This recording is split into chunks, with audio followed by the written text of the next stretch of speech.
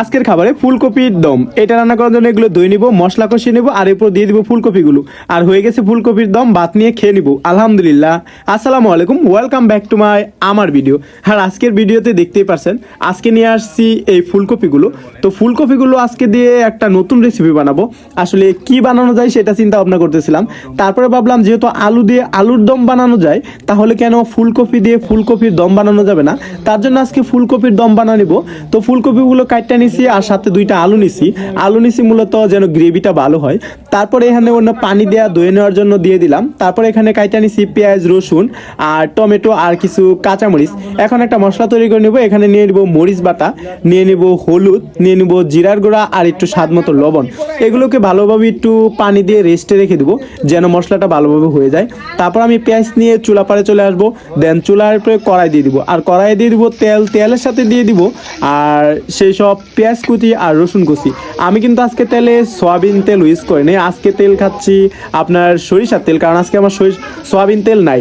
তারপর এখানে পেঁয়াজের সাথে কাঁচামরিচ আর এই টমেটো দিয়ে একসাথে একটু ভেজে নিব। ভেজে নেওয়া শেষ হলে এখানে দিয়ে দিব আমি সেই মশলাটুকু, যে মশলাটা একটু আগে বানাইছিলাম। ওই মশলাটা দেওয়ার আগে আমি ভাবলাম যে একটা ছিল, তো ওইটা দেওয়া শেষ করে এটা ভালোভাবে একটু করে নিলাম, নাড়াচাড়া পাড়া। তারপর এটা মশলা কষানোর জন্য পানি দিয়ে ঢেকে দিছি। তারপর ফুলকপি নিয়ে আমি ওইখানে চলে গেছি। দেন এটা দেখবো কতটুকু হয়েছে। এর আগে দেখি আমার এটা হয়ে গেছে। তো এখন এটা মশলা কষানো শেষ। এবার এই মশলার মধ্যে দিয়ে দিতে হবে সেই ফুলকপিগুলো দিয়ে একটু ভালোভাবে চুলা হিট করে কষিয়ে নিব। আর এগুলো কষাতেই কিন্তু ফুলকপি আমার সিদ্ধ হয়ে যাবে, আলাদা করে আর পানি দেওয়া লাগবে না। পানি দিলে কিন্তু ফুলকপিগুলো আইলা যাবে, যার কারণে এটা দমের মতো হবে না, খিচুড়ি কিংবা ডাইল হয়ে যাবো। তো আমি খিচুড়ি আর ডাল বানাতে চাইতেছি না, আজকে বানাবো ফুলকপির এই দম। ফুলকপির দম আসলে কেমন লাগে জানি না, এটা আমি ফার্স্ট টাইম ট্রাই করলাম, তো আসলে কেমন হয় জানি না। তো এই দিক দিয়ে আমার ফুলকপির দমে প্রচুর পরিমাণ পানি উঠছে, পানি না দেওয়াতেও পানি উঠছে, কারণ এটা পানিতে দেওয়া হয়েছিল। আর ফুলকপি তো অল ওভার পানি থাকে। ভালো করে হিট করে এই পানিগুলোকে শুকিয়ে নিব। আর শুকিয়ে নিয়ে মশলাটা যে না মাখা মাখা হয়ে যাবে, তাহলে আমার এইটা ফুলকপির দম হয়ে গেছে। তো এখন আমার এটা নিয়ে যাওয়ার পালা, মানে খাবার পালা। এটা দেখেই কিন্তু আমার খেতে মন চাইছে। যদি ধনিয়া পাতা থাকতো, এটা ধনিয়া পাতা দিলে আরও বেশি ভালো লাগতো। এখন আমি ভাত বেড়ে নিছি, ভাত বেড়ে নেওয়া শেষ হয়ে গেলে এখানে নিয়ে নেবো আমার তরকারি।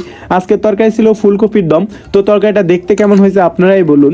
তো এখন এগুলো আমি বাইরে নিবো, তরকারি বাইরে নিয়ে আমার খাওয়া দাওয়া শুরু করবো। আজকের খাবারটা কেমন হয়েছে কমেন্টস করে জানাবেন। তো এখন খাবার পালা, একটু ঝোল নিয়ে নিলাম। একটু ঝোল নিয়ে ফুলকপিটা যে না আমি হাত দিয়ে ধরছি, এটা অনেক সুন্দরভাবে সিদ্ধ হয়ে গেছে, যার কারণে গরমের কারণে আমি নিতে পারতেছিলাম না। এবার বিসমিল্লা বলে এক লঙ্কা মুখে দিলাম। তো আসলে খাবার খাচ্ছিলাম, খাবার সবসময় ভালো লাগে, আর আমি পরিশ্রম করি, তার জন্য খাবার আমার কাছে খুব বেশি ভালো লাগে। আলহামদুলিল্লাহ আজকের খাবারটা আমার কাছে অনেক ভালো ছিল।